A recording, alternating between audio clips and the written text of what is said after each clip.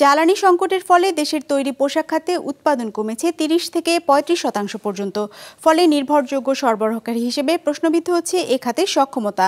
এমন অবস্থায় পোশাক শিল্পের টেকসই প্রবৃদ্ধি নিশ্চিতে জ্বালানি খাতে দীর্ঘমেয়াদী কর্মকৌশল গ্রহণের তাগিদ দিয়েছেন বিশ্লেষকরা। রঞ্জিবুল মিজানের report. Double million offer, Walton fridge কিনে পেতে পারেন ২০ লক্ষ টাকা, রয়েছে কোটি কোটি টাকার নিশ্চিত উপহার।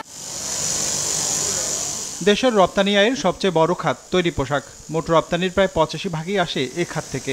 গেল কয়েক মাস ধরে সংকটে খাতটি। শ্রমিক অসন্তোষের জেরে ব্যাহত হচ্ছে কারখানার কার্যক্রম, তার উপর যোগ হয়েছে জ্বালানি সংকট। ফলে নির্ধারিত সময়ে পণ্য জাহাজীকরণে তৈরি হচ্ছে ঝুঁকি, কমেছে রপ্তানির পরিমাণও। রপ্তানিকারকদের তথ্য বলছে, জ্বালানি সংকটের কারণে দেশে পোশাক খাতের উৎপাদন কমেছে ৩০ থেকে ৩৫%। বর্তমানেও যে ক্যাপাসিটি আছে সেইখানে কি এটা সাপোর্ট করার মতো যথেষ্ট পরিমাণে জ্বালানি সাপোর্ট আমাদের আছে? আমরা তো সেটাই ঠিক মতো পাচ্ছি না এখনও, বিকজ অফ আমাদের দেশের সেই জায়গায় ইনফ্রাস্ট্রাকচারে এখনও কাজ করতে হবে। আমার মনে হয় আপনি হয়তো সেলাইয়ের ক্যাপাসিটি বা ফ্যাক্টরি ক্যাপাসিটি, অর্ডার নেওয়ার ক্যাপাসিটি বাড়াতে পারবেন, কিন্তু অর্ডার উঠানোর মতো, এক্সপোর্ট করার মতো ক্যাপাসিটি তো আপনার হবে না, কারণ আপনি তো জ্বালানি যদি ঠিক না থাকে আপনি তো সেই সাপোর্টটা দিতে পারবেন না। সো এই জায়গাটায় সবচেয়ে ইম্পর্টেন্ট আমাদের মনে হয় এখন নজর দেওয়া, কাজ করা। রপ্তানিকারকরা বলছেন, নির্ধারিত সময়ে পণ্য তৈরি করতে কারখানাগুলোতে অতিরিক্ত ওভারটাইমের ফলে পরিচালনা ব্যয় বাড়ছে। আর উৎপাদন প্রক্রিয়া চালু রাখতে ব্যবহৃত হচ্ছে ডিজেল চালিত জেনারেটর, যা বাড়িয়ে দিচ্ছে পণ্যের উৎপাদন ব্যয়। ইন্টারাপশন যেটা হয় প্রোডাকশনের মাঝখানে, যখন টেক্সটাইলে বা ওয়াশিং মেশিন ইন্টারাপ্ট হয়, ওই ব্যাচের মালগুলো কিন্তু নষ্ট হয়ে যায় বা আপনাকে আবার শুরু করতে হয়, আবার আপনাকে নাইট শিফট করতে হয়।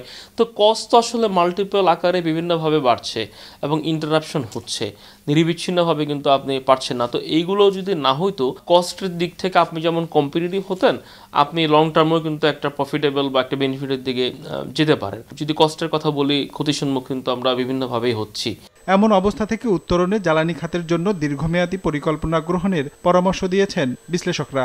যেসব দেশগুলা মোটামুটি $50 বিলিয়ন রপ্তানি করে, ওইসব দেশের মধ্যে আমরা কিন্তু সবচাইতে মাথাপিছু কম জ্বালানি ব্যবহার করি। এখন তারপরে যদি জ্বালানির সংকট তৈরি হয়, তাহলে কিন্তু এই ব্যবসায় ওনারা টিকে থাকতে পারবেন না। জ্বালানির নিরাপত্তা না থাকলে আমরা ইন্ডাস্ট্রিয়ালাইজেশন হবে না আমাদের দেশে, এবং দেশের যে অর্থনীতির চাকা সেটা কিন্তু ক্ষতিগ্রস্ত হবে।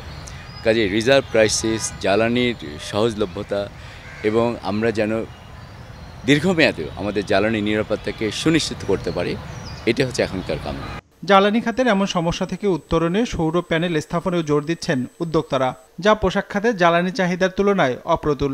উদ্যোক্তাদের দাবি, সৌর প্যানেল শুধুমাত্র চাহিদার সামান্যই পূরণ করতে সক্ষম।